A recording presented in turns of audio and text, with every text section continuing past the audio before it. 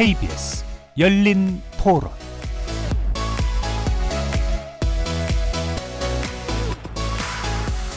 안녕하십니까. KBS 열린 토론 정준희입니다. 그거 보고 나서 큰 충격이어가지고 애들도 못 보게 했어요. 종교는 딱히 뭐 믿고 있는 건 없는데 여기 외에도 우리가 알지 못하는 단지 폭로만 안 됐을 뿐이지 다 있을 것 같아. 도를 아십니까? 그런 사이비 종교들이 좀 사회적인 약자들한테 다가가면 좀 빠지기 쉬우니까 그런 것 같은데 자기 주관만 뚜렷이 갖고 있으면 거기에 빠지지 않을 것 같아요. 한 20년도 더 된 이야기인데 친구가 말씀 좀 듣고 공부해보자 이런 식으로 얘기를 하더라고요. 본인들 교리에 맞게 세례를 해야 된다라고 하는 거예요. 그래서 아니 이미 난 세례명도 있는 사람인데 라고 얘기를 했는데 기본적으로 나는 종교랑 아무런 관련이 없어 라고 얘기를 하면 아무것도 없는 무지인 상태로 가스라이팅 당하는 수밖에 없는 것 같더라고요. 사이비 종교가 나쁘다 뭐 이런 얘기들도 많이 하지만 사회적인 현상일 뿐이야. 판단력이 없어. 그냥 따라가는 거야. 막 뭐 하면은 맹종하고 거기 들어가면 그 조직의 논리에 의해서 나는 무슨 짓을 해도 다 된다고 생각하고 실제로 그런 거는 엄청 많다고 우리나라에. 거리에서 만나본 시민들의 목소리 어떻게 들으셨습니까? 넷플릭스 다큐멘터리 나는 신이다의 파장이 크게 확산하고 있습니다. 특히 JMS로 통칭되는 기독교 복음선교회의 충격적인 실상이 알려진 후 피해자들의 새로운 폭로가 곳곳에서 잇따르고 있는데요. 총재의 명백한 범죄 행위가 신의 이름으로 묵인 및 방조되어 왔던 상황. 하지만 JMS 내부에서는 다큐멘터리 방송이 모두 조작되었고 기성 기독교 세력의 거대한 시너리에 의한 피해를 받고 있다며 항변하고 있죠. 오늘 KBS 열린 토론은 다큐멘터리 나는 신이다가 몰고 온 파장을 통해서 우리나라 유사 종교 내지 사이비 종교는 어디까지 뿌리 내려져 있는지 알아보고 한국교회가 나아가야 될 바람직한 방향에 대해 논의해보는 시간 갖겠습니다. KBS 열린 토론 지금부터 시작합니다.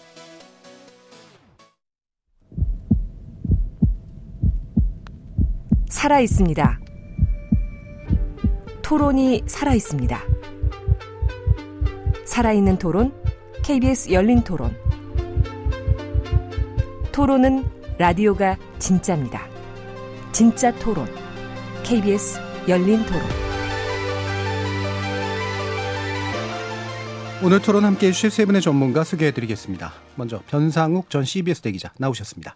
예, 반갑습니다. 안녕하십니까. 그리고 교회개혁실천연대 사무국장이시기도 한데요. 이현주 목사 나오셨습니다. 네, 안녕하세요. 반갑습니다. 그리고 이단 사이비 대상의 전문적인 취재를 하시는 언론입니다. 바른미디어 조미듬 대표 자리하셨습니다. 네, 안녕하십니까. 반갑습니다.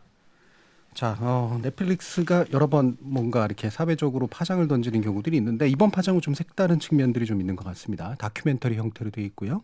나는 신이다라고 하는 제목을 달고 있죠. 이것이 나오고 난 다음부터 알고 계셨던 분들도 계시지만 또 새롭게 충격을 받으신 분들도 굉장히 많으셨어요. 이번에 이제 논란이 아마 쉽게 사그라들지만은 않을 거라고 좀 기대하고 있는데 어떻게들 보고 계신지 먼저 간단히 좀 들어보도록 할까요? 먼저 변 기자님 말씀 듣겠습니다.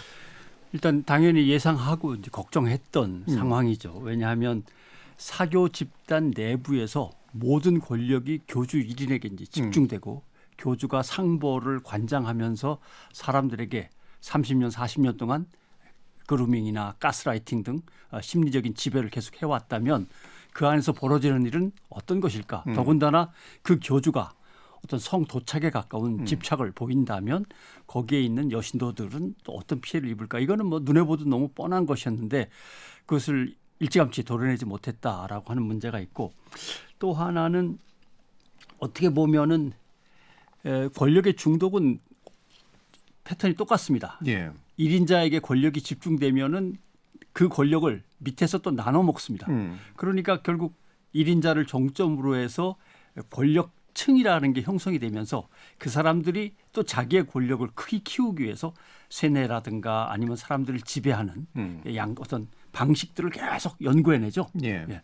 그러면서 지금 이 사태가 터져서 야 이럴 수가 있나라고 하지만 어떻게 보면 이런 식의 연착륙도 차라리 다행인 거죠. 왜냐하면 미국 같은 경우는 주 방위군이 출동할 정도가 됩니다. 왜냐하면 다들 총기를 갖고 있으니까. 그러나 우리는 총기는 없고 사회적으로 어느 정도 폭력이라는 것을 바로 컨트롤할 수 있는 정도의 능력이 있을 때 이렇게 터져나와야지 더 오래 끌었다가 한꺼번에 10만, 20만 되는 사람들이 사회 부적응자로서 사회에 다 쏟아져 나왔을 때 그러기 전에 이렇게 수술을 해서 뭔가 조금씩 위축시켜 가는 것이 맞다. 그게 다행이다. 이렇게 생각을 하죠. 예, 사교 집단 다 아름아름 있었던 문제가 드러났고 그 부패한 권력의 어떤 속성 그대로 보여주고 있는데 그나마라도 우리 사회에서 이거를 좀 터뜨려낼 수 있는 기회가 된 것 같다라고 보셨네요. 이 목사님 말씀 들어볼까요? 네, 저는 이번 그 넷플릭스 관련된 다큐멘터리를 보면서 긍정적인 면과 좀 아쉬운 면이 예. 이제 두 가지가 좀 있더라고요. 이제 긍정적인 것은 뭐냐면 한국 사회와 또 한국 교회 안에 있는 이단과 컬트에 대한 경각심이 이번 일로 인해서 좀 드러나지 않았나.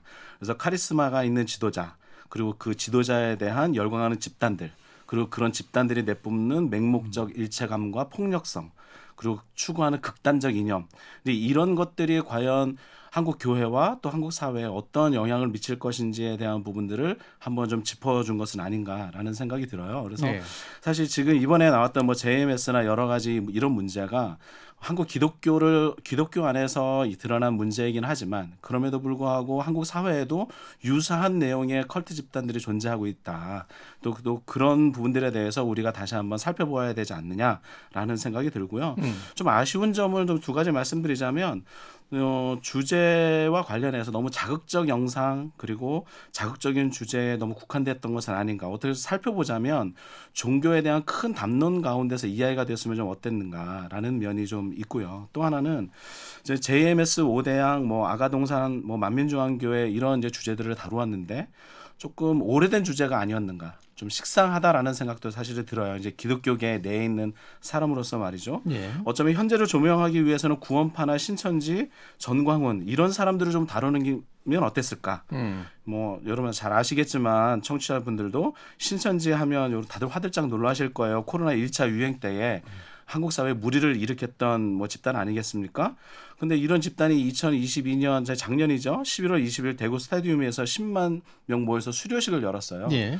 이제 JMS 영상 보면 아시겠지만 그 체육관 같은데 아니면 큰 운동장 같은데 모여서 행사하듯이 그런 행사가 과거에 있었던 것뿐만 아니라 지금도 예. 오늘날에도 그런 일들이 여전히 반복되고 있다.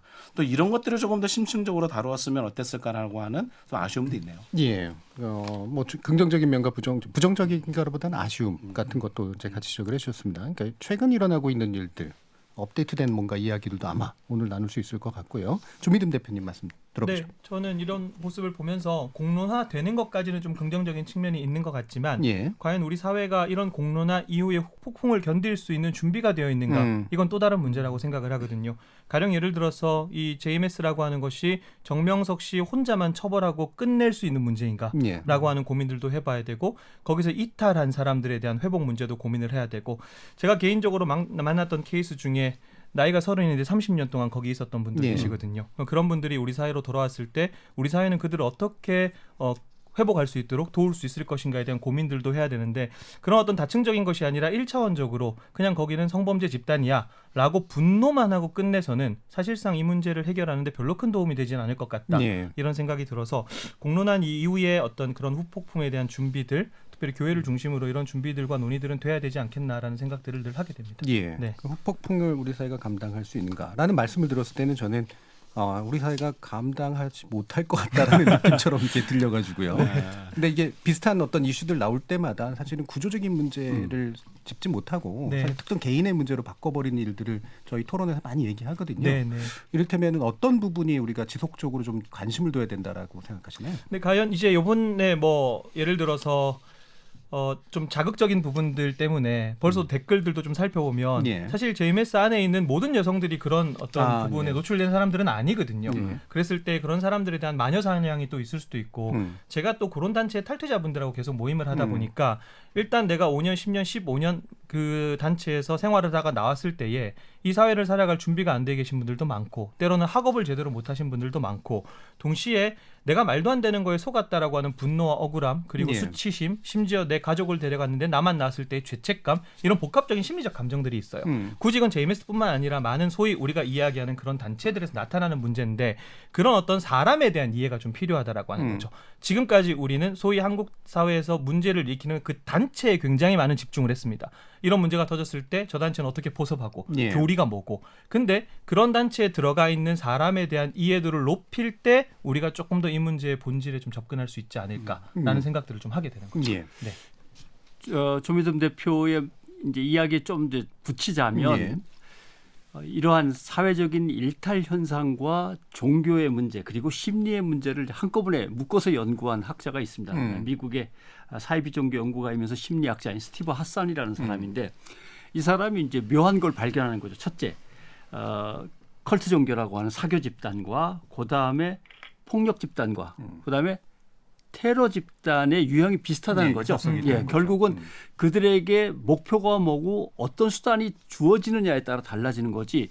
그 사람들이 사람을 모아서 감정 컨트롤부터 시작해서 의식 컨트롤, 그다음에 행동 컨트롤 이것까지 쭉 이어지는 패턴들이 사실은 똑같은 거죠. 예. 그러니까 이걸 반사회적인 심각한 구조 악으로서 접근해 나가야 되는데 대개 이제 예를 들면 수사하는 기관이라든가 재판부 같은 경우는 그걸 종교 집단 안에서 벌어지는 거지라고 하는데 종교 집단이라는 건 사회에 동떨어진 어느 무인도에서 자기들끼리 생활하는 게 아니거든요. 예.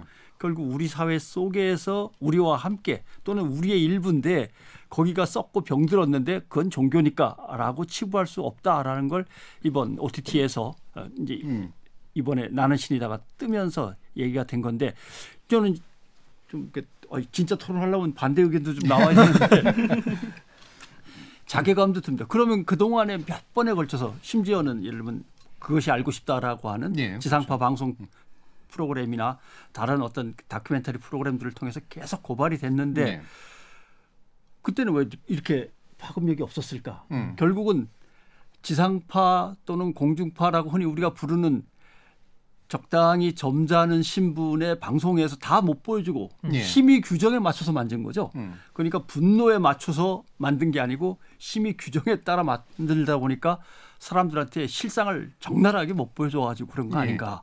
이런 생각도 해보면서 앞으로 그러면 이 방송 프로그램의 어떤 계기로 다른 어떤 고발들이 이어질 건가 기대도 해보는데 그때의 수위는 또 지난번에 너무 야한 것들 뭐 선정적인 것들이 많았어 이런 지적이 있었으니까 다시 이걸 죽여야 되나 예. 이제 이런 고민도 빠지게 되는 거죠. 정 기자님 마침 그 얘기를 해주셔서 토론을 붙여볼까 하는데요.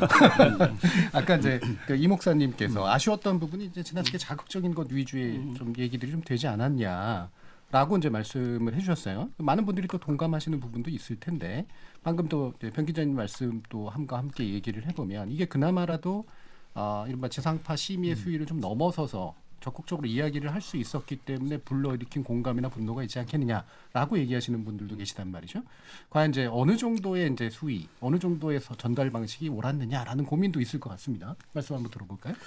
저는 이번 일들을 보면서 매체가 가진 힘에 대한 좀 씁쓸함이 굉장히 많이 느껴졌어요. 그러니까 JMS 문제만 해도 우리는 이제서야 이제 그 문제를 알았다라고 하시는 분들이 많더라고요. 하지만 이건 JMS와 싸워온 사람들은 아실 겁니다. 이미 1990년대부터 이것이 한국 교회와 사회 문제가 된다라고 해서 끊임없이 젊은 그 대학가를 중심으로 해서 많은 운동들이 있었고요. 그리고 JMS를 퇴출하기 위해서 여러 가지 노력들이 있었지만 그때는 이게 알려지지 않았거든요. 그때는 이게 다 묻혀 있었어요. 당시에도 성폭력 피해자든 아니면 또 다른 이제 가족 간의 불화든 여러 가지 금전적인 문제든 그때도 이미 이런 이야기가 있었음에도 불구하고 지금처럼 큰 어떤 영향력 또 큰 어떤 회자가 되는 이슈가 되는 일이 없다가 지금에 와서 굉장히 선정적 방식으로 이것들을 다루었을 때 많은 사람들이 이렇게 움직이는 걸 보면서 매체가 가진 힘이 도대체 뭐지? 또 그 가운데서 오는 씁쓸함들이 굉장히 컸다라고 하는 거죠. 물론 이런 노력들이 또 나름대로의 어떤 뭐 다양한 방식을 통해서라도 또 수위가 높은 방식을 통해서라도 나름대로 일정의 성과가 없었다라고 이야기하기는 어렵겠지만 그럼에도 불구하고 우리가 매체가 가지고 있는 이 힘들을 조금 더 잘 사용하면 어떨까라는 말씀을 드리고요. 또 하나는 이게 이제 JMS나 아니면 뭐 여기에 나왔던 여러 몇 가지 4개의 단체인데 그 사람들뿐만이 아니라 이미 한국 교회와 한국 사회에 이와 유사한 일들이 여전히 벌어지고 있다. 이미 뭐 얼마 전에도 전 모 목사의 성폭력 사건이 있었고 또 청소년 나름대로 리더라고 불렸던 이 목사의 사건도 있었고요. 얼마 전에 인천에 이제 그 그루밍 성폭력 사건으로 있었던 김모 목사의 사건들도 있었잖아요. 뭐 이런 사건들이 과연 매체가 어떻게 다뤄주고 있느냐. 특별히 2021년에 소위 인분 사건이라고 불리는 소위 뭐 이게 뭐 그냥 뭐 이하 말씀드린 똥 먹는 사건이라고 불릴 만큼 이런 사건들도 있었을 때에 그런 많은 일들이 과연 매체에서 얼마나 집중적으로 이야기를 하고 이게 사회적 이슈가 돼서 우리 안에 있는 문제들을 발견해 가고 또 그러면서 뭐 이제 해결책들과 발전적인 그런 모습들을 얼마나 우리가 보여왔느냐. 그러다 보니까 이번에 이 OTT에서 나온 여러 가지 일들을 보면서 아, 매체가 가지고 있는 힘이 이렇게 컸나? 또 이렇게 선정적인 것, 자극적인 것을 따라가려고 하는 이런 대중들의 욕구가 이렇게 컸나라고 하는 여러 가지 아주 복잡한 생각이 들더라고요. 예. 복잡하셨다. 예.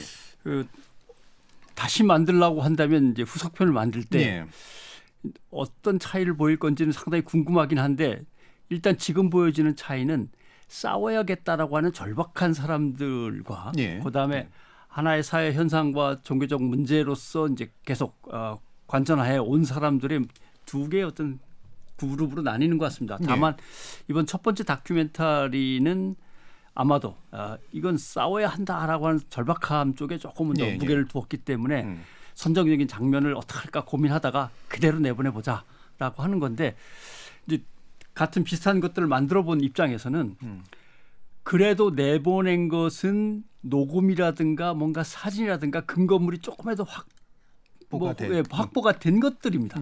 그러니까 확보가 안 된 상황에서 벌어지는 수많은 더 심각해 보일 수도 있고 더 심각할 수도 있는 것들이 아마 더 있다고 볼 수밖에 없는 거죠. 그런 것들을 다 드러내면은 경악할 것인데 과연 다 드러내는 것이 어디까지 허용될 것이냐.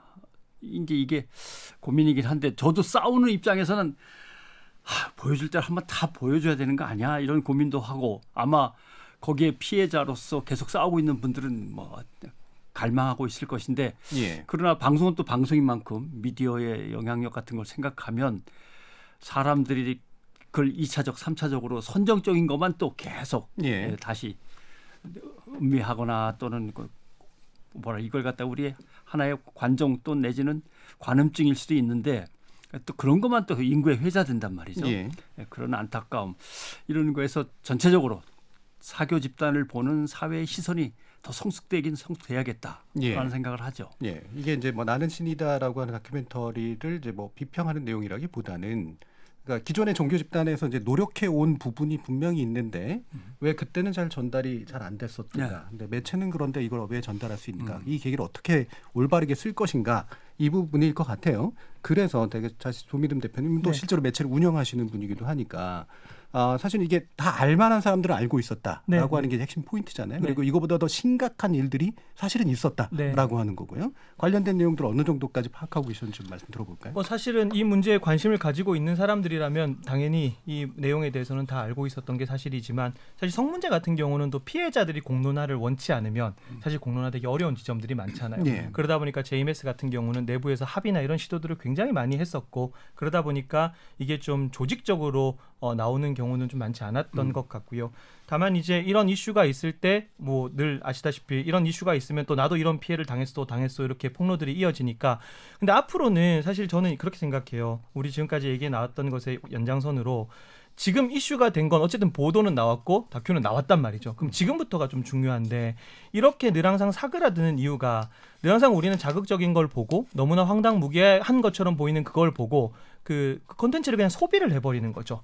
왜 저렇게 되었을까에 대한 이야기를 거의 하지는 않은 것 같아요. 그래서 이 두 가지를 좀 균형을 맞추는 노력들이 지금부터 필요하다라는 거죠. 어쨌든 이걸 통해서 공론화는 성공을 했는데 그렇다면 나하고 상관없는 문제야 이게 아니라 저희도 가장 노력하는 지점이 이게 우리 모두의 문제가 될 수 있고 우리 사회 구조에서 나오는 문제야라고 하는 것에 대한 공감이거든요. 그러면 이 사람이 그런 단체에 들어가서 소위 말하는 충성을 하게 되기까지 이 사람은 어떤 과정을 거쳤고 이 사람은 도대체 어떤 환경에 있다가 그렇게 되었고 라고 하는 이런 논의를 하지 않는다면 저는 또 그냥 소비되는 콘텐츠로서 지나갈 문제고 우리는 2년 3년 뒤에 또 다른 단체의 큰 어떤 사건을 보면서 예. 그때 JMS 그랬지, 그때 신천지 그랬지라고 하는 것을 답습하게 될 수밖에 없겠다. 저는 그런 생각을 좀 가지고 있습니다. 그런 점에서 이 목사도 걱정하신 것이 그런 것일 건데 지금의 언론들이 선정적으로 조 대표가 얘기한 대로 소비해버리는 거에서 끝나면 예. 피해자들도 바로 느낍니다. 나를 걱정해서 인터뷰를 엄청나게 해주고 한 것 같지만 나중에 기사 나온 거나 예. 또는 갑자기 관심이 쓱 잦아드는 예. 거나 이런 걸 며칠 보면서 써먹고 버리는 거죠. 네, 음. 나도 역시 또 이용당했구나라고 하는 생각을 하거든요. 근데 지금 이 조직을 제대로 수사해서 밝혀내고 처벌해서 다시는 이런 일이 벌어지지 않도록 하려면 그 피해자들의 광범위한 증언 없이는 어렵거든요. 예. 그 진술을 받아내려면 그들에게 어떤 신뢰를 쌓아야 되는데 사회가 또 이용하고 버리고 소비해버리고 이걸로 이제 피해자들이 또 실망하게 되면 우리가 원하는 작업을 해 나갈 수가 없는 거죠. 그런 점에서 언론들이 좀 더 신중하고 지금 조 대표나 이 목사께서 걱정하신 전체적인 맥락이나 구조를 생각하면서 접근해 줬으면 소비하지 않았으면 하는 거죠. 예. 자, 그래서 그러면 이제 좀 이 부분은 좀 짚어봐야 될 것 같은데 우리가 사실 기대하는 건 이런 뭔가 사교 집단 이런 데들이 내부에서 진실을 이제 파악해서 붕괴되고 되도록이면 그 위험에서 빨리 빠져나오고 또 다른 데들도 그런 것이 전파돼가지고 그런 유사한 사교 집단들이 이제 무너지고 이러기를 바라는 건데 실제로 그런 일들이 진행되고 있나라고 하는 그런 궁금증 같은 것들이 좀 있습니다. 어떻게 좀 보고 계신지 한번 이야기를 간단하게 들으면서 또 목사님 말씀까지 한번 들어보고 싶은데 일단 내부 분위기가 어떻게 지금 혼란스러운 게 맞는지. 예.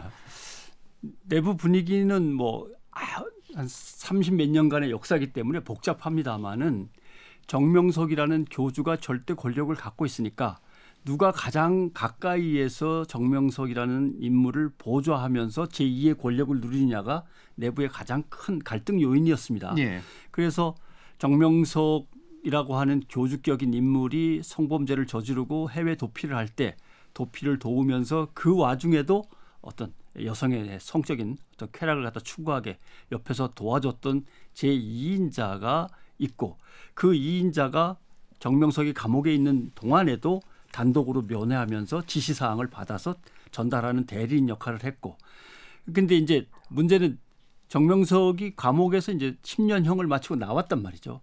그러면서 다시 정명석이 누구든 만날 수 있으니까 다시 정명석을 둘러싼 또 다른 세력이 구축되는데 그게 이제 정명석의 가족들, 예. 형제, 또 친지, 그다음에 교단 내에서 본부에서 장악하고 있는 오래된 장로들의 세력, 그다음에 지역 교회, 그다음에 여지껏 정명석을 보필하면서 자기 나름대로 2인자 권력을 누려왔던 정조은이라고 하는 이제 여성, 이 두 개의 세력이 지금 충돌하고 있다라고 하면서 서로의 흠집을 내기 위한 또는 서로의 약점을 잡기 위한 공격들이 예. 계속 치열하게 지금 주고받고 공방이 이어지고 있는 거죠. 일단 조직 내부에 약간 이제 권력 분열 정도는 네, 이제 그렇게는 일어나고 있는 것 분명하고, 같고요.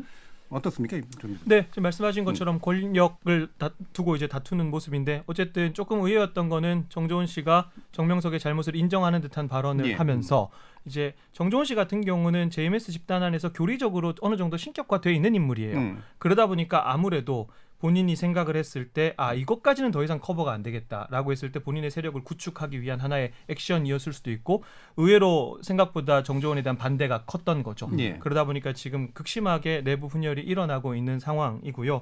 서로 간에 어떤 그 안에서 있었던 여러 가지 혐의들에 대해서 서로 알고 있는 것들이 많을 거니까 앞으로는 그런 부분에 대해서 폭로전들이 내부에서 더 계속해서 벌어질 거다라는 예측을 좀 하게 되는 것이고 예. 다만 이 모든 이야기의 가장 큰 전제는 이런 내부 분열, 소위 말하는 그쪽 단체에서 벌어지는 큰 위기 맞이하는 이런 것들이 단체를 한 방에 와해시키지는 그렇겠죠. 않는다라고 하는 예. 것을 반드시 기억해야 되고요. 옴진리교 사태 우리 기억하지 않습니까? 옴진리교 아류들이 일본에서 아직도 활동을 하고 있거든요.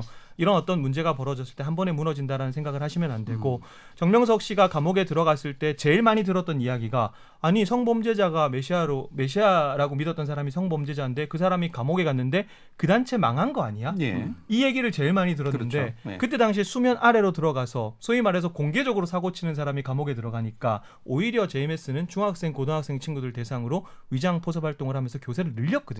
이런 지점에 대한 어떤 전제를 우리가 깔고 이 문제로 좀 접근을 해야 될 것 같습니다. 예. 네. 그러면 목사님이 이게 지속적으로 관심을 가져오셨잖아요. 근데 되게 안타까우실 것 같아요. 네네. 예. 그러니까 지금도 보면은 말씀처럼 우리는 한 2010년대쯤 돼가지고 이미 교주의 구속과 함께 끝날 거라고 생각했는데 오히려 교세를 확장했다 이런 말씀도 주셨잖아요. 어떻게 지켜보고 계세요? 이렇게 교세가 확장되는 이유 중에 하나는 기존에 있는 정통의 기독교가 제 역할을 다 못하기 때문에 그러는 거죠. 그러니까 이단들이 또 이렇게 컬트에서 이 기존에 있는 그 교인들을 이렇게 포섭을 할 때에 기존에 있는 교회가 문제가 있고 기존에 있는 교회가 가지고 있는 약점들을 들추어내는 방식으로 포섭한단 말이죠. 이제 그러면서 굉장히 본인들은 개혁적인 이미지를 갖고 있고 우리들은 나름대로의 어떤 이 모든 어려움들을 해결할 어떤 그 대안을 가지고 있어. 이제 이런 식으로 해서 사람들을 모으는데 많은 사람들이 거기에 다 넘어가는 거죠. 특별히 이제 기독교 복음 성경에 이제 이렇게 이제 이야기하잖아요. 기독교 복음 이렇게 좋은 말 들어가 있으니까 여기도 참 좋은 곳인가 보다. 그리고 이제 기존에 있는 교회 이렇게 뭐 내가 봐도 별로 안 좋은 것 같은데 그런 거에서 뭐 대안도 있다라고 하니 여기는 좋은 건가 보다 이렇게 생각하시는데요. 그렇지 않습니다. 기독교 복음 들어갔다라고 해서 다 좋은 기독교 뭐 교회이고 좋은 단체냐 그렇게 얘기할 수 없죠. 여러분 아시지 않습니까? 이렇게 당명에 국민 들어간다고 해서 정말 국민을 위하는 건지 아니면 당명에 민주 들어간다라고 해서 민주주의를 대표할 수 있는 건 아니잖아요. 그렇죠. 자유 들어간다고 해서 자유를 원하는 것도 그러니까 아니고요. 기독교 들어갔다라고 해서 기독교의 모습을 잘 갖추었다 이렇게 생각하시면 안 된다. 그래서 청취자분들 제가 좀 말씀드리겠는데요. 장로교 다니시는 분들 이미 그 JMS 여기 2단이라고 이제 다 결의했고요. 감리교단 다니시는 분들도 기억하십시오. 여기 다 2단이라고 했습니다. 순복음교회 다니신다. 그런 분들도 마찬가지입니다. JMS 2단이라고 다 규정했습니다. 교회를 안 다니시는 분들 지금이라도 조심하시면 좋겠고요. 언제 낚일지 모릅니다. 2단이라는 말이 달을 이자에 끝단자를 썼어요. 시작은 같은 것 같은데 끝이 다르다라고 하는 거죠. 경부선 타고 내려간 것 같은데 한 사람은 부산 가 있고 한 사람은 저기 뭐 경주나 다른 곳에 가 있는 거예요. 내가 지금 타고 있는 것이 또 경부선인지 아니면 내가 지금 가고자 하는 목적지가 정말 내가 기대하고 있는 곳인지 잘 살펴보시길 바라고요.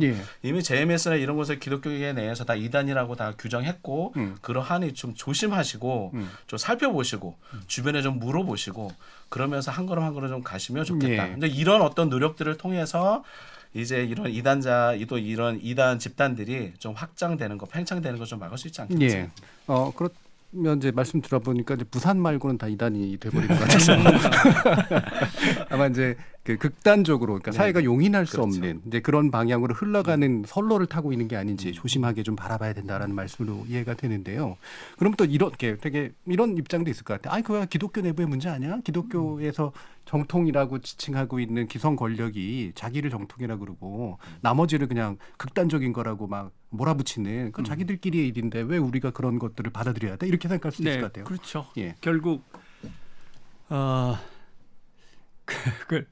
사실은 어느 집단이든지 집단이 형성되면 거기서 일탈도 있고 뭐 잘못하고 있는 것도 있고 잘하는 것도 있고 생기게 되는 건데 결국은 무엇을 목적으로 조직된 집단인가부터 살펴보셔야 되고 거기에서 어쩌다가 일탈이 나오는 거와 아예 목적 자체가 그래 가지고 거기에서 일탈이 늘상적으로 행해지는 거는 전혀 다른 문제라고 보셔야 되고요. 그다음에 사실은 조금만 관심을 갖고 지켜보시면 통상 우리가 생각하는 정통 종교라고 하는 것은 뭐 쉬운 말로 진선미를 어느 정도는 갖추고 있습니다. 진실을 갖다 어떻게 추구할 거냐의 문제. 그다음에 사람들한테 좀 선한 행동을 갖다가 좀 뭐랄까 이렇게 좀 불러일으키면서 북돋게 하면서 또 선한 행동들을 실제로 그 조직이 하고 있거나 아니면 뭔가 세상을 좀 더 좋은 곳으로 만들기 위해서 나름대로 하는 것들이 눈에 보인단 말이죠. 근데 이제 사이비 이단 이제 컬트 종교들은 맨 처음에는 그렇게 껍질을 뒤집어 쓰고 접근하지만 조금만 보면은 드러나거든요. 드러날 때 이것을 마치 끓는 물에 손을 넣은 것처럼 깜짝 놀라서 화들짝 빼고 나오면 되는데 거기에 이제 못 나오는 이유가 여러 가지 인간적인 또는 사회적인 문화적인 또는 심리적인 요인들이 이제 겹치면서 못 나오죠. 그 못 나올 때 교회가 또는 사회가 또는 사법부가 수사기관이 뭔가 깨줘야 되는데 이 수사기관과 사법부는 종교 일에 뭐 굳이 신앙의 문제인데 하고 안 뛰어든단 말이죠.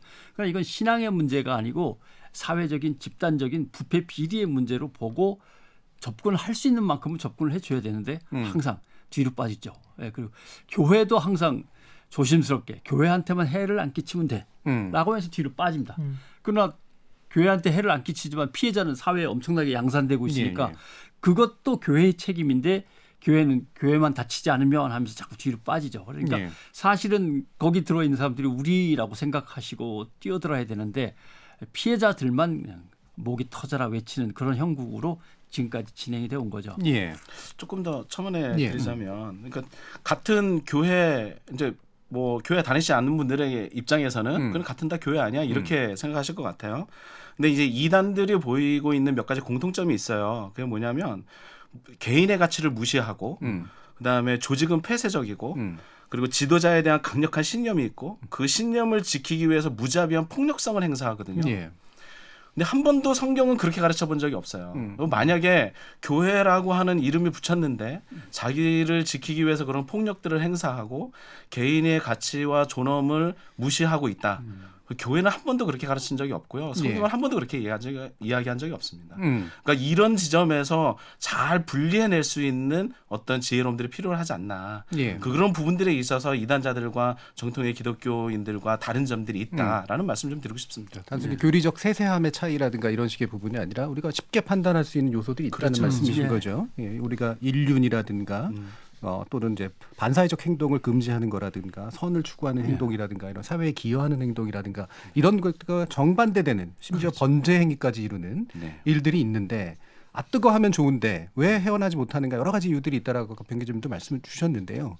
왜 빠져들며 왜 헤어나지 못하는가 이 부분 또 조민근 대표님 더 말씀 주실까요? 네, 그래서 뭐 이제 소위 미혹된다라는 표현을 많이 쓰기도 하는데 빠지는 부분이라고 했을 때 여러 가지 이유들이 있어요. 실제로 뭐 제가 상담을 하다 보면 거기 교리가 좋아서 간 사람도 실제로 존재는 합니다. 근데 그거는 조금 소수인 경우들이 많고 아무래도 일본이나 미국 사회에서도 그렇고 우리나라에서도 어느 정도 연구가 이루어지는 것이 어떤 관계적인 결핍의 측면에서 가는 경우들이 굉장히 많다. 그래서 사이비 종교가 처음부터 사람들에게 다가올 때 교리를 들이밀기보다는 나는 당신에게 절대로 해로운 것을 줄 존재가 아니다라고 하는 관계로서 다가오는데 오늘날 수많은 사람들이 관계가 많이 또 깨어져 있고 그러다 보니 결핍이라고 하는 측면 그리고 일본의 정신의학자 오카다 다카시라는 사람은 이것을 심리 조작이라고 표현을 했어요. 그런 심리 조작에 당하기 취약한 사람들을 봤을 때 아무래도 가정이 좀 깨어져 있거나 혹은 가정이 좀 괜찮더라도 뭐 청년들 같은 경우 타지에 유학 생활을 하면서 홀로 고립이 되었을 때 그럴 때 존재와 관계로 다가오는 사이비 종교의 어떤 접근이라고 하는 것이 굉장히 어떻게 보면은 유효했던 거죠. 유효했었고 실제로 저희도 상담을 하다 보면 케이스들이 남잖아요. 그러면은 오해는 하지 마셨으면 좋겠습니다. 물론 이런 사람들이 무조건 간다는 얘기는 아닌데 그런 사람들이 그런 관계적 접근에 취약할 수밖에 없다. 왜냐하면 그런 사람들이 막 2년, 3년씩 작업을 하기 때문에 하나의 그루밍이라고 하는 개념으로 좀 우리가 이해를 해야 될 것 같고 그렇게 들어갔을 때의 이제 문제는 이탈을 하게 될 때 어떤 문제가 생기냐면 이건 좀 복잡한 문제인데 그 안에서 어떤 경제 공동체를 이루게 되는 경우들이 참 많이 있습니다. 그러면 이제 나오기 쉽지 않은 거죠. 그리고 그 안에 있었던 기간이 오래되면 오래될수록 이 사회에 나와서 할 수 있는 것들이 현저하게 떨어지는 경우도 굉장히 많고요. 그리고 이건 실제적인 문제인데 소위 말하는 2세들이 생기잖아요. 그럼 그 2세들이 고민을 하고 탈퇴를 해야 되는데 부모와 갈등이 시작이 되는 거예요. 이런 어떤 현실적 문제. 그래서 거기가 잘못됐다는 사실을 깨닫고도 그냥 있는 경우도 있고 그리고 합리화라고 하는 게 굉장히 중요하다고 생각이 들거든요. 어떤 문제에 대해서 합리적 판단을 해야 되는데 이런 표현이 있더라고요. 중독자의 뇌는 더 이상 합리적 판단을 위해서 작동하지 않고 그 상황을 합리화하기 위해서 작동을 한다. 그래서 교주가 죽거나 혹은 교주가 말도 안 되는 범죄를 저질렀는데 내가 지금까지 이 단체에서 생활해온 15년, 20년이라는 세월을 부정을 해야 되니까 이게 안 되는 거죠. 그럼에도 불구하고 나는 이 단체에 있을 수밖에 없다. 그래서 제가 어디까지 들었냐면 교주가 성범죄를 저질렀는데 만약에 하나님이 이것까지 허락하신 거라면 나는 믿겠다 라고 하는 친구들도 있더라고요. 그러니까 이 합리화라는 게 굉장히 무서워서 자기가 처해 있는 가정 환경 그리고 사회적 구조 속에서의 문제, 경제 공동체를 이룬 문제, 자기 스스로의 심리적 문제 이런 것이 복합적으로 작용을 하다 보니까 딱 나오면 되는데 그게 굉장히 어렵고 그리고 탈퇴자들이 나올 때 마지막으로 넘어야 될 산이 하나 있거든요. 뭐냐면 여기가 진짜면 어떡하지? 예. 근데 이 지점에 대해서 왜 그런 고민을 하냐면 끊임없이 그런 단체들은 공포심을 주입하거든요. 나가면 저주받는다. 실제로 탈퇴했다가 조금 사고라도 있으신 분들 보면 저 봐라 나가서 저렇게 저주를 받지 않느냐. 네. 이런 것들 공포로 계속 마케팅을 하기 때문에 여기 가면 진짜면 어떡하지라는 그 큰 산을 넘기가 쉽지는 않더라고요. 예. 그래서 이런 복합적 이유들이 존재한다는 걸 우리가 조금 감안을 해야 될 것 예. 같습니다. 사실 방금 말씀 주신 그 내용이 굳이 사이비 종교나 유사 종교가 아니라고 네, 하더라도 네. 그렇죠. 다양한 극단적 행위들하고 분명히 연관되는 기법들인 네, 것 맞습니다. 같아요. 네. 네. 병기전 이게 그러면 그렇게까지 나는 바보가 아니라서 안 당할 거야 이런 식의 생각하시는 분들도 있을 텐데 그렇지가 않을 거라는 전혀. 거예요. 네. 저도 속습니다. 저도. 쉽게 얘기하면 저도 깜빡하면 속습니다. 예. 왜냐하면 저는 조금 이제 사회 구조적으로 들여다보고 싶은데 JMS가 젊은 이들을 대상으로 해서 포교를 했다고 칠 때 네. 무엇이 가능했겠나라고 할 때 80년대 그리고 90년대 초반까지의 상황에서는 우리 사회가 과연 민주화를 위한 투쟁이라든가 아니면 북의 위협은 계속된다고 하고 도대체 우리 사회는 언제까지 안전하게 진행될 수 있을까라고 하는 공포심과 두려움에 항상 사로잡혀 있거든요. 그래서 물론 한쪽에서는 민주화 운동에 뛰어들면 되지라고 하는 사람도 있지만 또 어떤 성격이나 특질상 그렇게 못하는 사람들은 이 어지러움 속에서 뭔가 벗어나고 싶은데 그때 이제 제시하는 것이 문화나 예술이나 인문학적인 소양을 슬쩍 들이밀면서 그 뒤에 모든 것을 한 번에 해결할 수 있는 이걸 갖다 흔히 빅윈이라고 합니다. 네, 한 방에 그냥 얻는 거죠. 대박으로 모든 것 문제를 다 해결하고 자기의 영혼 구원까지도 해결할 수 있는 빅윈을 제시한단 말이죠. 그러니까 저 길로 가서 뭐 다른 것들은 일단 좀 제쳐놓고 저것만 열심히 하면은 막판에는 내가 큰 성공 내지는 대박을 거두는 거니까 이제 이렇게 뛰어드는 게 있고 그럼 80년대가 지나서 그럼 90년대 이후에 이제 2000년대로 오면 어떻게 되냐? 그때는 너무 치열한 경쟁과 신자유주의의 속도 속에서 낙오자가 생기는 거죠. 예. 젊은이들 사이에서 그 낙오자들을 이제 따로 흡수해 가지고 세력을 단단히 하는 것. 그러니까 앞에는 JMS였다면 뒤에는 신천지 스타일이 되는 거죠. 근데 JMS는 신천지 스타일로 가지는 않고 그 대신 우리는 문화, 예술, 스포츠, 뭐 K-팝, K-드라마, 모델 이런 것만 해도 충분히 먹고 산다라는 생각이 있으니까 그걸로 계속 발전시켜 나갔고 그 두 개가 어우러지는데 이제 가장 큰 문제는 예전 같으면 가장 접근해봤자 효능성이 떨어지는 집단이 젊은이들이었는데 네. 돈이 없으니까. 예, 돈이 없고 그다음에 접근하려면 일일이 만나야 그렇죠. 되는데 예. 젊은 친구들은 뭐 정신이 없고 근데 이제는 이게 디지털과 뉴 미디어 새로운 플랫폼이 엄청나게 커지면서 오히려 나이 든 사람보다 젊은 사람들한테 사교 집단이 접근하기가 훨씬 더 쉬운 거죠. 예. 그리고 젊은이들 또 그걸 좋아해요. 온라인 속에 들어와서 또는 앱 속에 들어와서 자기네끼리 얼마든지 재밌게 노니까 그런 점에서 새로운 취약계층, 가장 사교 집단의 취약한 계층으로 젊은이들이 떠올랐다라고 하는 문제. 그다음에 이제 역시 가장 쉽게 표현하면 JMS가 맨 처음에 포섭한 사람들이 제 나이입니다. 제가 원래 손주가 있거든요. 그때쯤에. 예. 그러니까 제가 만약에 사교 집단에 들어갔으면 제 가족들을 그대로 유지를 하려면 그렇죠. 뭐 당연히 사교 집단 멤버를 키우죠. 그러니까 정명석 JMS 그 집단 안에는 초, 중, 고, 대학이 제일 잘 되는 거죠. 예. 대학생은 데리고 왔고 이제 초중고도 점점 커서 대학생이 되고 계속 아이는 태어나는데 다 JMS가 흡수하니까 그러니까 나오고 싶어도 가족을 깨고 나오든지 부모를 떠나야만 나올 수 있으니까 못 나오죠. 예. 네, 못 나옵니다. 방금 이렇게 말씀들 해주신 것처럼 그러니까 이런 사교 집단 내지 그러니까 사람들의 심성을 건드리는 뭔가 본질적인 요소는 계속 유지되면서 반복되고 있고 대신 그 시대에 맞게 이제 취약계층을 건드리는 또 새로운 기법들도 나오고 그렇죠. 있고 네. 이런 변화와 네. 유지가 이제 함께 공존하는 거잖아요. 예, 이렇게 기독교계의 관점에서 봤을 때 이런 식의 게 왜 자꾸 이렇게 반복되며 어떤 생각들을 좀 하고 계신지 또 이 목사님 말씀 들어볼까요? 반복되는 이유 중에 가장 큰 문제는 뭐 두 가지겠죠. 지금도 계속해서 말씀하셨지만 네. 사회적인 문제가 있을 거고요. 불안한 사회이다 보니 이단 지도자들은 굉장히 사회를 명쾌하게 해석해버리거든요. 그런 답안들을 들을 때 굉장히 시원함을 느낀단 말이죠. 그러니까 본인들이 갖고 있는 이 어려운 문제들을 이렇게 간단하게 해결할 수 있구나라고 하는 것에 대한 어떤 기대감들을 자극하고 두 번째는 종교적인 문제인데 아까도 잠시 말씀드렸지만 현재 한국 교회가 교회답지 못한 것이 문제인 거거든요.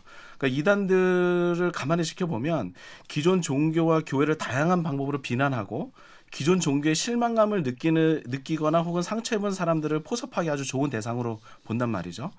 그리고 그 비난들이 사실 아주 근거가 없지는 않아요. 왜냐하면 교회가 완벽하지 않으니까 그런 약점들을 파고들어서 말이죠. 그래서 그 후유증이 매우 오래가는 것처럼 보이고요. 이단을 나온 후에도 다시 돌아가는 이유는 기존 교회에 와서는 계속해서 예전에 들었던 문제점만 보이거든요. 그럼 결국은 계속해서 다시 또 돌아가게 되어지고 또 떠난다라고 하더라도 종교라고 하는 본인들이 갖고 있는 이 종교심을 떠날 수 없는 이런 바탕들이 있다 보니까 사실 이단에 한번 빠지게 되면 계속해서 그 굴레에서 쳇바퀴 돌듯이 돌고 있는 거 아닌가. 이런 부분들을 끌어내기 위해서는 조민도 목사님 아까도 계속 누누이 말씀하셨던 것 같은데 이제 이후에 이거는 단순히 종교인들뿐만이 아니라 사회적으로도 함께 모여서 머리를 맞대고 이 사람들을 향한 어떤 우리 대안들이 있을지 이런 고민들이 조금 더 필요하다고 생각합니다. 예, 알겠습니다. 자, 일부 내용을 통해서 현재 JMS로 대표되는 하지만 이런 사이비 종교 내지 사교 집단들이 어떤 이유로 우리 사회에 지속적으로 나타나고 또 문제를 일으키고 있는가라는 문제를 중심으로 좀 살펴봤는데요. 이어지는 2부에서 이런 것들을 우리 사회가 어떻게 좀 해결해 나가야 될 것인가라는 문제를 중심으로 한번 논의해 보도록 하겠습니다. 여러분은 지금 KBS 열린 토론과 함께하고 계십니다. 토론이 세상을 바꿀 수는 없습니다. 하지만 토론 없이 바꿀 수 있는 세상은 어디에도 없습니다.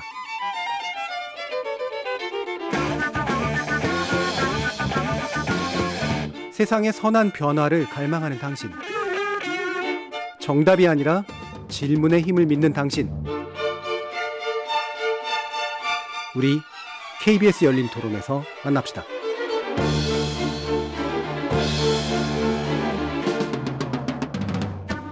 KBS 열린 토론 다큐멘터리 나는 신이다가 몰고 온 파장 그리고 한국교회에 나아갈 길에 대해서 얘기 나누고 있는데요.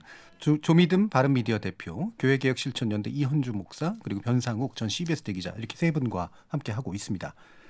자, 그러면 제일 문제가 되고 있는 이 JMS 정명석 씨의 사례는 그 문제가 되고 있는 게 그 범죄 정도가 너무 심각해서인데요.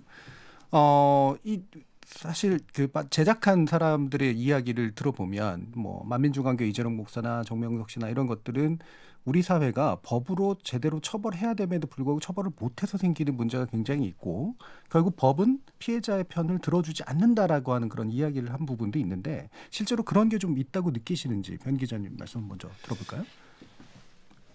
수사나 사법부의 판단을 보면 분명히 있는 것 같습니다. 예, 왜냐하면은 피해자들이 어떤 진술을 갖다 계속했을 때 그 상황은 네가 결정해서 그런 거 아니냐라고 하는 게 이제 제일 큰 장벽입니다.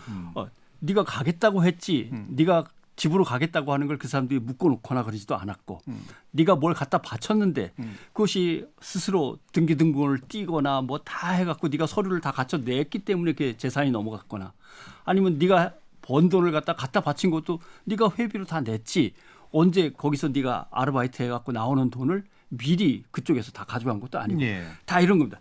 성인인데도 불구하고 자기 결정하에 모든 일이 행해졌는데 왜 처벌을 원한다는 것이냐라고 하는 문제인데 여기에서 심리적으로 지배를 당했습니다.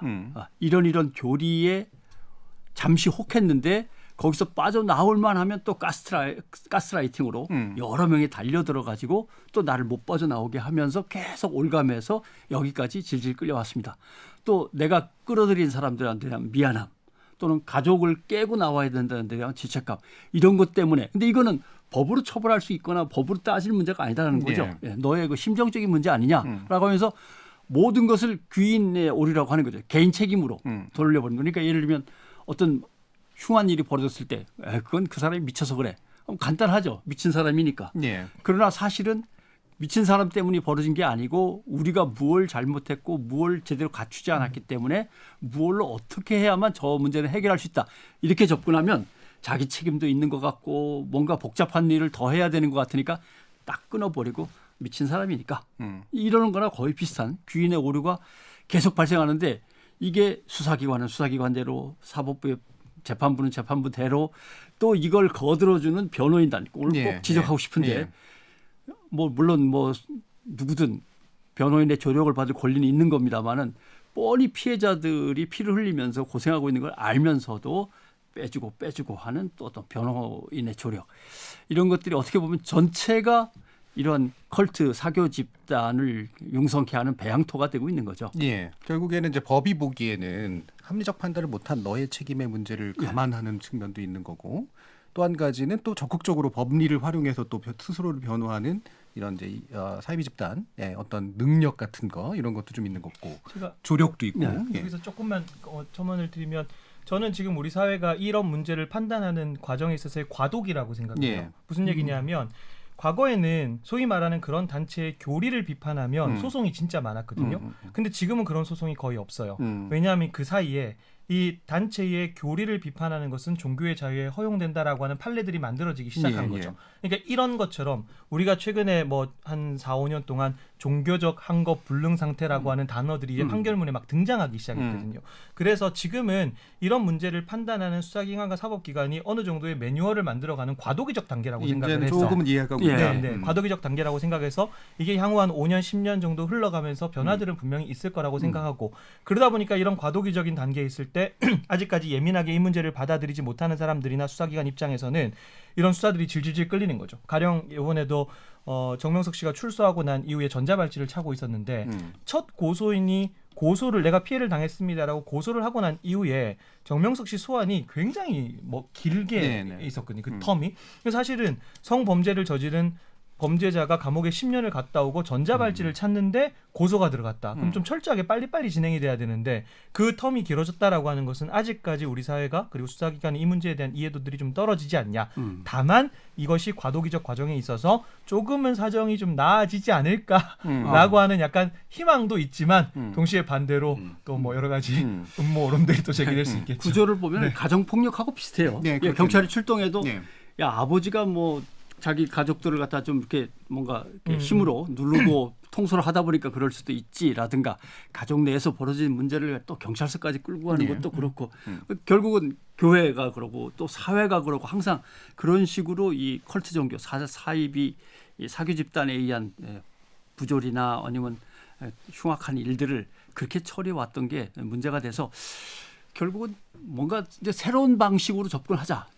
조미듬 대표도 얘기를 했습니다만은 일단 인식의 변화는 시작됐으니까 이번 기회에 이번 나는 신이다 다큐를 계기로 해서 좀 더 분명하고 새로운 접근, 더 나아간 접근들을 만들어내야겠다 이제 이런 생각을 하죠. 예. 그럼 이 목사님은 또 이제 약간 양면적인 측면도 있을 것 같은데 종교의 문제에 사실 법이 지나치게 간섭하는 것도 위험한 일이고 그러나 동시에 또 이런 식의 명백한 범죄에 대해서는 엄한 처벌이 또 이루어져야 되기도 하고 그 선이 좀 어느 정도로 잡히는 게 좋을 거라고 생각하시나요? 물론 뭐 법적으로 보면 종교의 자유라는 이름 아래서 이런 사이비 집단들이 보호받고 있는 것 또한 사실이고 또 여기에 함께 소속한 사람들이 가지고 있는 그 약속된 어떤 보상들을 위한 어떤 자발성 또 이거를 과연 정말 비자발성으로 우리가 볼 것이냐라고 하는 거는 조미듬 목사님 이야기한 것처럼 굉장히 참 어려운 지점들이긴 합니다.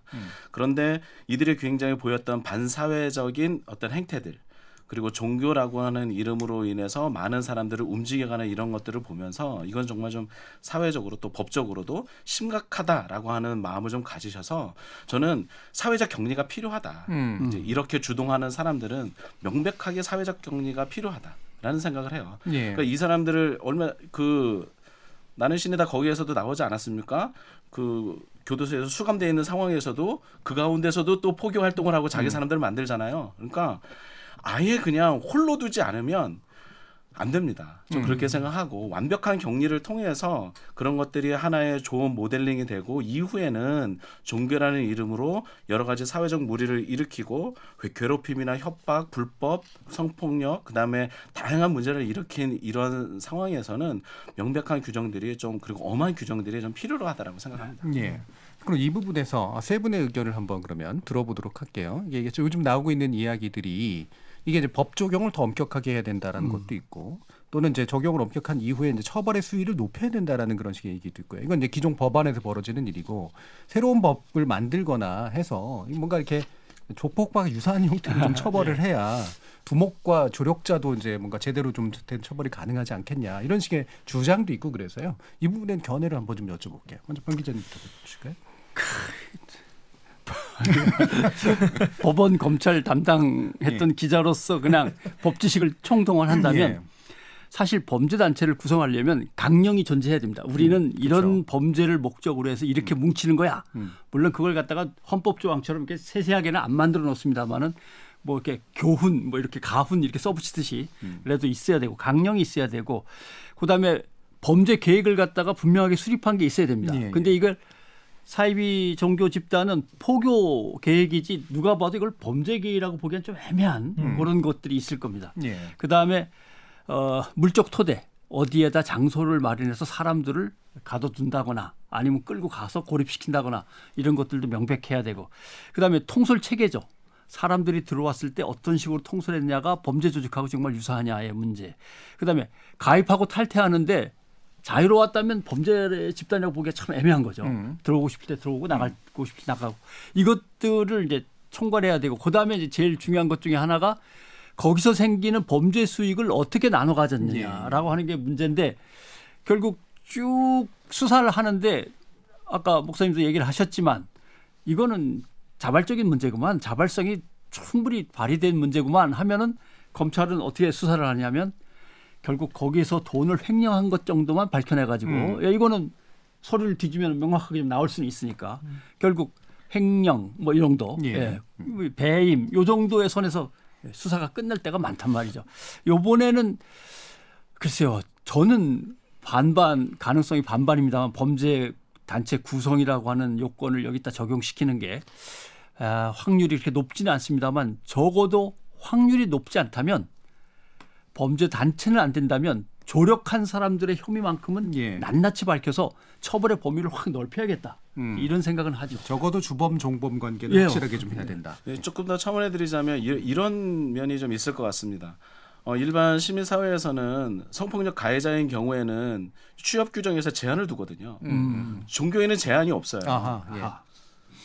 그러니까 사실은 다시 돌아가면 청년들을 만나고 청소년들을 만나는 자리로 돌아가는 건데 그런 것에 대한 제한 자체가 없단 말이죠 법안에. 그러니까 그런 부분들을 이게 법 자체 내에서도 그런 디테일함이 좀 떨어지는 거죠. 저 정 안 되면 뭐 아청법이든 아니면 새롭게 있는 성폭력 가해자에 대한 여러 가지 법 조항도 조금 더 디테일하게 보아야 된다. 특별히 종교라고 하는 신앙이라고 하는 그 이름을 통해서 굉장히 많은 일들이 벌어지고 있는데 그 가운데서 일어나는 일들에 대한 여러 가지 어떤 법 조항들도 조금 더 세심하게 또 수정되어지고 또 법안 발의도 있어야 되겠고 필요하다면 개정이 필요하다면 개정도 하는 노력들을 통해서 이러한 일들이 사회적 무리를 일으키지 않도록 하는 어떤 그런 장치들이 필요하지 않나 생각합니다. 그러니까 뭐 이를테면은 어린이집 교사나 교사들이 이제 직업적으로 요구받는 어떤 기준 정도는 성직자에게도 적용을 해야 재발의 방지라든가 또는 예방도 어느 정도는 가능하지 않겠냐. 그래서 아마 일부 시민단체가 그걸 추진하는 걸로 알고 있습니다. 그래서 그런 움직임들이 있는 것 같고 사실상 법이라고 하는 것은 새로운 법을 만든다는 건 너무 힘든 일이잖아요. 그렇죠. 그리고 그렇기 때문에 저는 그냥 단순하게 생각하거든요. 현행법만 잘 집행이 돼도 존립 자체가 힘들어요. 근데 과연 그런 단체의 이런 현행법이라고 하는 것이 제대로 집행이 됐는가? 라고 따져본다면 사실 의문점이 굉장히 많은 지점들이 많거든요. 그렇기 때문에 철저한 수사를 통해서 뭔가 새로운 법을 만들고 무슨 특별법을 만들고 이건 너무나 이제 긴 과정이 필요하고 실제로 현실적으로 좀 쉽지 않은 부분이 있어서 우리가 현행법만 좀 잘 지켰으면 좋겠다. 뭐 이런 생각을 저는 오히려 현행법이라고 하면 이런 거죠. 첫째, 아까 범죄단체에 꼭 필요한 것 요건 중에 하나가 이제 시설인데 엄청난 이제 JMS 같은 경우도 그 충남 금산에 궁전을 지었지 않습니까? 그 궁전의 허가와 공사 과정에서 문제가 있었는지 없었는지부터 분명하게 따져야 되는 것. 그다음에 그것을 인허가하는 과정에서 공무원들의 결탁이라든가 방조, 묵인 같은 것들은 얼마나 있었나도 좀 명확하게 파고 들어가야 되는데 항상 들어가다가 적당한 선에서 꼬리 자르기로 이제 끝나는 수사가 많단 말이죠. 그런 것도 들어가야 되고 그다음에 조직의 돈은 신도들이 낸 헌금이니까 그 돈을 함부로 쓴 것은 물론 횡령 배임 다 조사를 해봐야 되는 거고 또 하나 이건 이제 형사적인 문제인데 민사적인 문제로 재판부가 좀 신경을 써줬으면 좋겠다라고 하는 것은 거기서 10년, 20년 동안 엄청나게 예를 들면 밖에 나가서 아르바이트를 하거나 막노동을 해서라도 돈을 벌어다가 예를 들면 회비를 내고 헌금을 했다라고 할 경우 그 정도를 보고서 흔히 이제 일본에서 하는 청춘 보상법입니다. 어떤 사교 집단의 젊은 청춘을 갖다 완전히 바쳤을 경우 내 적어도 보상. 이것이 심지어는 이혼 소송일 때도 배우자가 어느 정도의 조력을 했기 때문에 이 재산이 형성됐다고 해서 위자료라는 게 있지 않습니까? 적어도 현실적으로 사람들을 이렇게 갈취해 가지고 나중에 우리가 걸리면은 결국 남는 게 없다라는 생각 정도는 가져야만 사교 집단이 위축이 되는데 얼마든지 갈취해서 자기들이 자산을 키우고 그걸 갖다 몇 명이 나눠 가질 수 있다라는 생각이 뭐 너무나도 쉽게 인정을 받으니까 여기에서 청춘 보상이라든가 이런 것들에 대해서 가지고 있는 법들을 갖다 최대한 활용하고 법이 없더라도 민사에서 인정할 수 있는 임의적으로 얼마든지 해석 적용이 가능한 부분들은 좀 도와줬으면 좋겠다 이제 생각하죠. 그러면은 이 부분도 한번 짚어봤으면 좋겠는데요. 방금 이제 변 기자님 말씀 주셨던 것처럼 그리고 최근에 몇몇 언론사에도 또 난리가 또 났었죠. 근데 이게 이제 결국은 이런 집단들 같은 경우에는 사회적으로 유력한 힘을 행사할 수 있는 사람들을 적극적으로 포섭해서 활용하는 그런 방법들을 실제로 쓰잖아요. 결국 방조자들을 키우는 그런 방식인데 굉장히 많이 묻혀 있을 거라는 생각이 좀 들긴 하거든요. 어떤 구체적인 부분들을 좀 짚어주실 수 있을까요? 이건주 목사님. 시민사회 가운데서도 보이지 않게 그런 사이비에 대한 마음들을 가지고 또 그렇게 폭력성을 감춘 사람들이 있지요. 그리고 중요하게 그 사람들이 갖고 있는 정말 정치적 신념 혹은 신앙적 신념을 건드리면 굉장히 폭력적으로 바뀌기도 합니다. 이런 사람들을 다 찾아내기는 사실 거의 불가능에 가깝다라고 보이고요. 단지 이런 사람들을 어떻게 우리 안에서 또 사회가 또 종교가 어떻게 우리들이 받아들이고 또 이들을 어떻게 개선해 나갈지 많은 고민들을 해야 될 텐데 이때 정말 필요한 것은 정말 가짜 뉴스 그리고 잘못된 어떤 정보들 이런 것들을 정말 잘 필터링할 수 있는 능력들이 좀 개개인들에게 있다라고 한다면 지금처럼 사이비에 빠지는 일들을 조금 더 막아낼 수 있지 않을까라는 생각을 합니다. 어차피 사이비에 빠지는 사람들도 잘못된 정보와 잘못된 이야기들을 듣고 빠지게 되는 거거든요. 그 시작점에 있는 부분들을 우리가 좀 정리해 보면 좋지 않을까 싶습니다. 또 약간 그러면 제가 좀 더 예민하게 좀 말씀드려보면 기성교회나 기성종교에서도 이른바 잘 만들어지는 그 집단 중에 하나가 언론인회, 기업인회 이런 거잖아요. 이게 이제 말 그대로 돈이 되는 집단들이고 로비적인 능력을 또 쓸 수도 있기도 하고. 근데 뭐 이게 교회들이 그렇게 한다라는 얘기보다는 이거를 사이비들은 훨씬 더 적극적으로 이용할 거란 말이죠. 그렇죠. 실제로 이제 저도 뭐 사교 집단과의 이런저런 싸움을 오랫동안 해왔습니다만 가다 보면은 자꾸 마주치는 게 경찰관들이죠. 신도들 중에서 경찰관 마주치고 그다음에 고위직은 못 만나봤습니다만은 공무원들, 지방 공무원들 마주치게 되고 그다음에 마주친다라는 느낌보다는 이쪽에서도 접근하고 저쪽에서도 접근해서 자기들 어떤 이해관계에 의해서 만나게 되는 것이 정치인들입니다.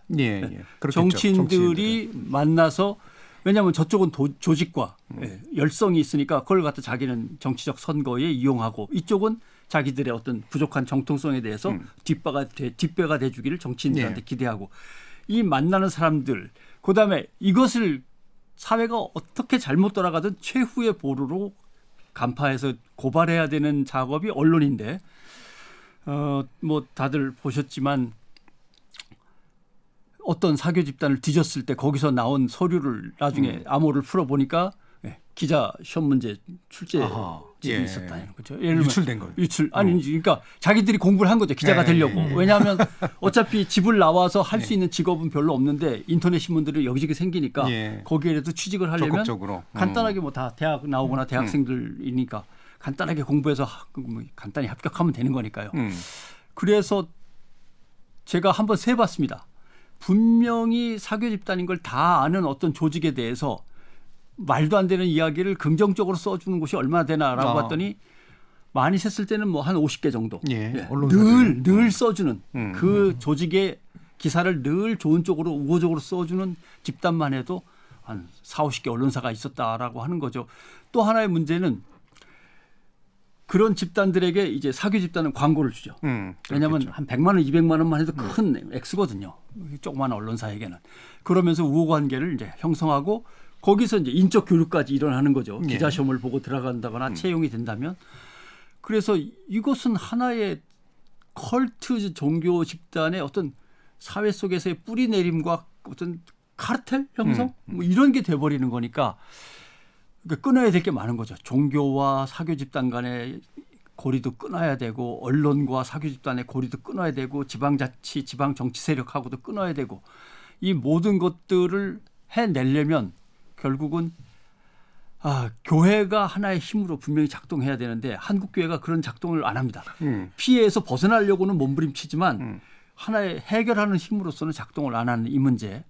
그다음에 두 분한테 두 분 목사님한테 조언을 구해야 될 문제지만 교회에서 가르치는 신앙교육의 패턴 자체가 무비판적이고 뭔가 문제 제기를 갖다가 항상 꺼리는 쪽으로 일단 다 믿고 받아들여 이런 쪽으로만 가르치니까 사실 사교 집단에 빠진 사람들 입장에서는 그 패턴이 너무 익숙해요.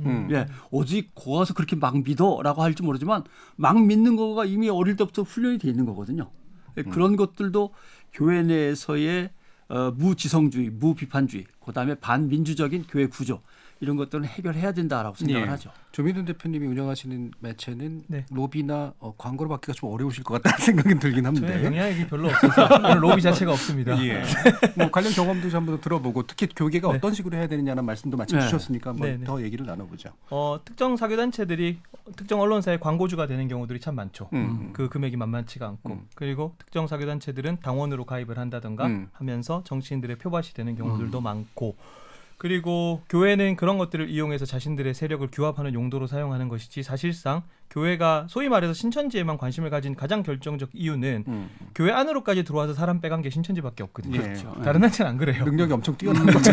그러다 보니까 신천지가 제일 위협적으로 느껴졌던 거고. 그러니까 이거는 사실 저는 어떻게 들으실지 모르겠는데 우리가 10년 전, 20년 전에도 계속 똑같은 얘기를 한 거거든요. 정치인들이 각성해야 된다. 그리고 이런 부분들을 시민사회가 잘 감시를 해야 된다. 사실 더 나아질 거라는 솔직히 저는 기대는 없어요. 왜냐하면 언론사들이 그러면 지금부터 사교 집단에 대한 광고를 안 받을 거냐. 그런 것도 당연히 아닐 테고. 그럼 정치인들이 그 표를 다 포기할 거냐. 아닐 거란 말이죠. 그러면 이거는 뭐 해결의 문제라기보다는 조금 더 우리 사회가 이 문제를 단순한 어떤 단편적인 너무 황당한 교리의 측면이 아니라 우리 사회에 깊숙하게 펼쳐져 있는 어떤 하나의 구조적인 문제로서 이해를 하면서 목소리는 조금 더 많이 내야 되겠다는 생각은 들되 다만 제가 올해로 한 12년째 이 일을 하고 있는데 뭔가 해결은 좀 해결이라는 단어를 쓰는 것은 좀 적절하지 않겠다는 생각이 들고 조금 더 나은 대책을 위한 어떤 노력들 정도 우리가 할 수 있겠다는 생각을 하게 되는 거죠. 그러니까 좀 단순하게 말하자면 교회가 적극적으로 나서서 이런 사이비가 어떤 문제가 있는지 알리고 선 그어주고 처벌도 요구하고 이런 식으로 해서 해결될 문제는 그런 식으로 해결될 문제는 거죠. 아니라는 거죠. 어떤 교회의 일들이 있을까 좀 고민이 되긴 하는데 이현주 목사님.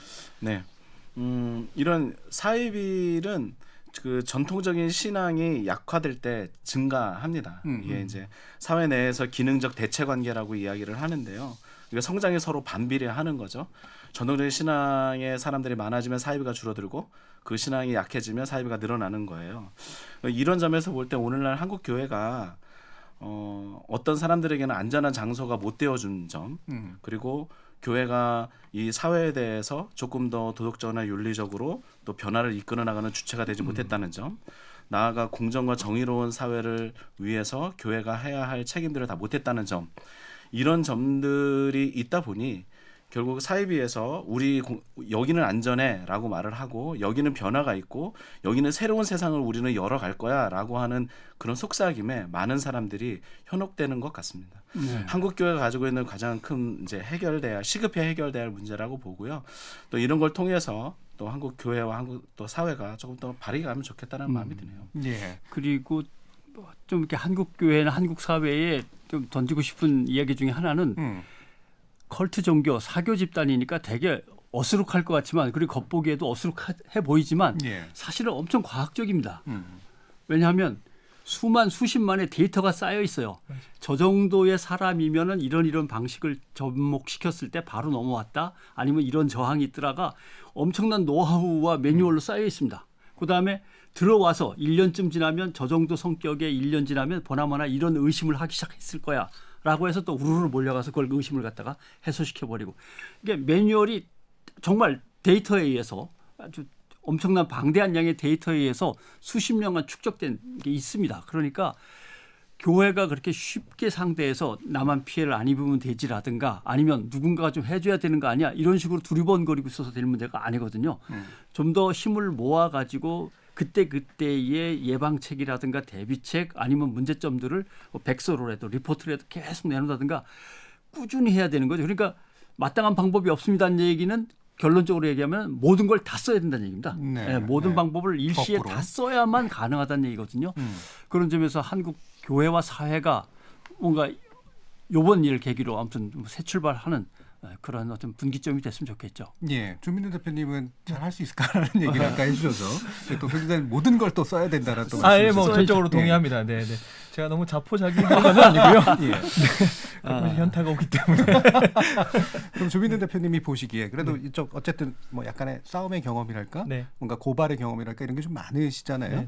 어떤 부분은 그래도 좀 잘 설득이 좀 되고 네. 어떤 부분은 여전히 좀 해도 잘 안 되더라 뭐 이런 것도 좀 있으실 것 같은데. 똑같은 지점인 것 같아요. 그러니까 예. 사람에 대한 이해. 근데 이게 잘 될 때도 있고 잘 안 될 때도 있는 것 같아요. 음. 사실 저는 이 사교 집단의 문제를 해결하는 데 가장 키는 사람에 대한 이해라고 생각하거든요. 근데 우리는 지금까지 아까도 말씀드렸지만 사람을 소위 말해서 속이고 미혹하는 사교 집단에 많은 관심을 가졌지만 이만큼 균형을 맞춰서 거기에 이제 소위 속고 빠지는 사람에 대한 이해가 필요해서 그 분위기가 지금은 조금씩 바뀌는 것 같아요. 옛날엔 진짜 완전 벽대고 이야기하는 느낌이었는데 이제는 우리 사회 구조 속에서 이런 문제가 벌어질 수 있구나라고 하는, 그러니까 이런 것들에 대한 공감대를 어느 정도 느끼시는 것 같고, 아까 우리 처음에 이제 시민분 인터뷰에서 들어보면 이게 구조적 문제야라고 말씀하시는 분들이 이제 막 생기기 시작하는 걸 보면 아마도 이런 목소리들을 우리가 꾸준하게 내준다면 조금의 희망의 빛은 볼 수 있지 않을까 그런 생각을 하게 됩니다. 두 목사님의 이야기는 그곳을 공격하는 또는 계속 와해시키는 것도 중요하지만 한국 교회가 좀 더 굵고 뚜렷한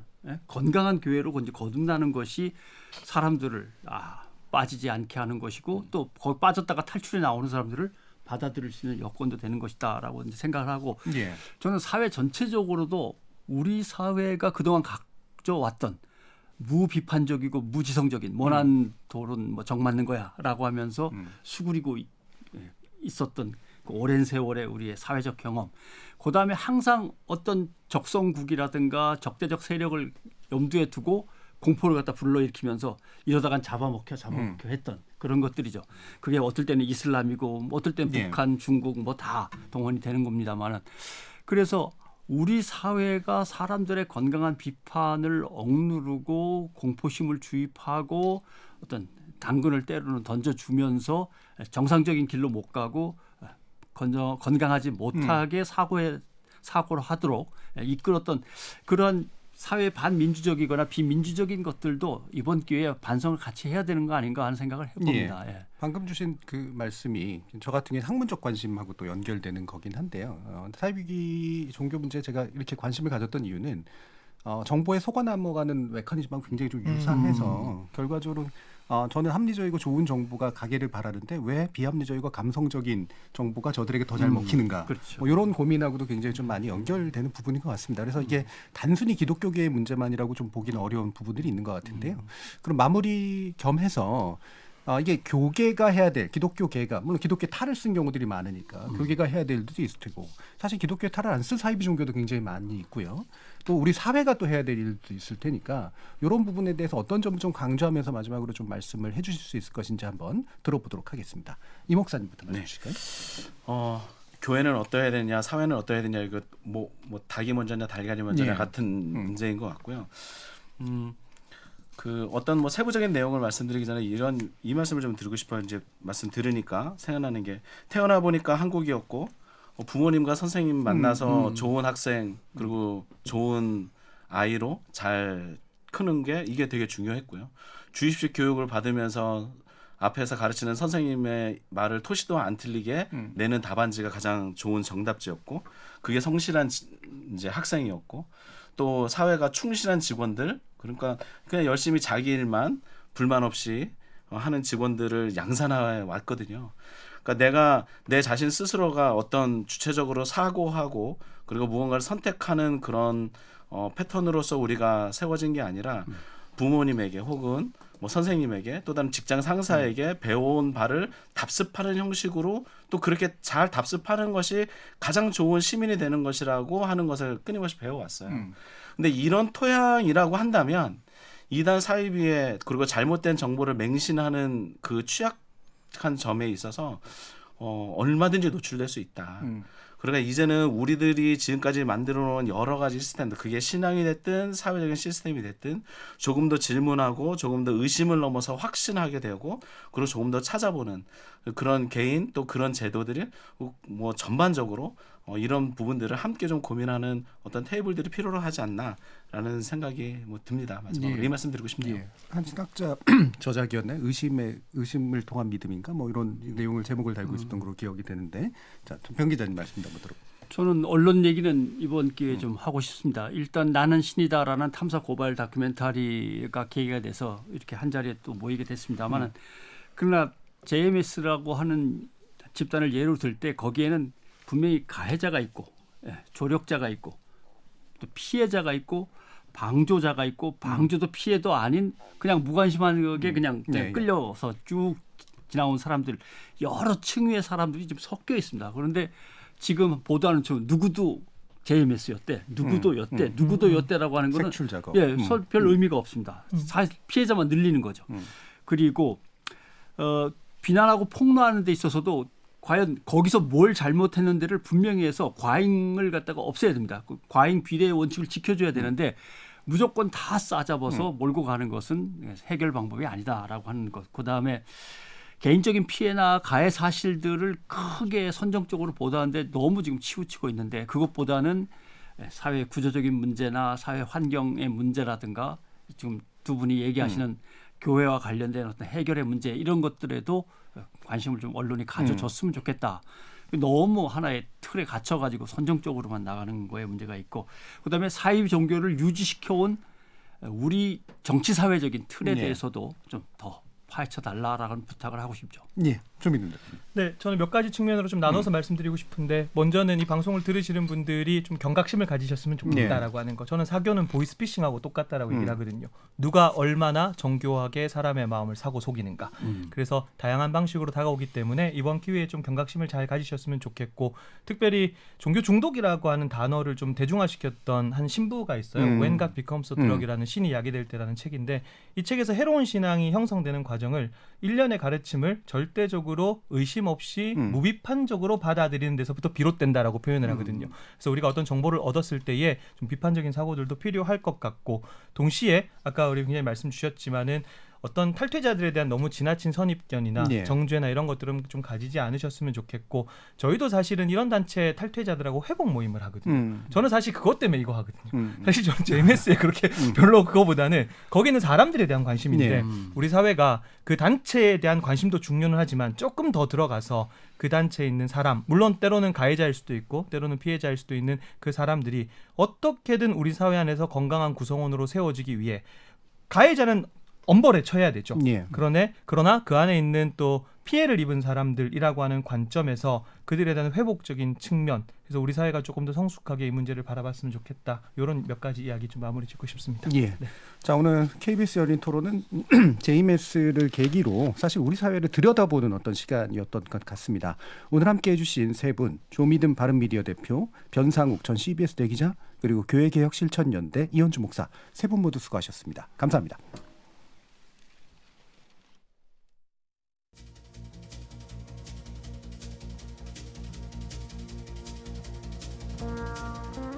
우리 헌법은 양심의 자유와 종교의 자유를 보장합니다. 누군가의 믿음을 외부의 잣대로 폄훼하거나 간섭하는 건 이런 자유의 영역을 침범하는 반헌법적 행위겠죠. 그러나 그런 믿음이 마음 바깥으로 흘러나오면서 사회 일반의 원칙을 위배하고 범죄 행위에 이르는 바로 그 지점에서 그들의 자유는 멈춰야 합니다. 따라서 이를 방치하는 건 더 심대한 종류의 반헌법적 행동일 겁니다. 지금까지 KBS 열린 토론 정준이었습니다.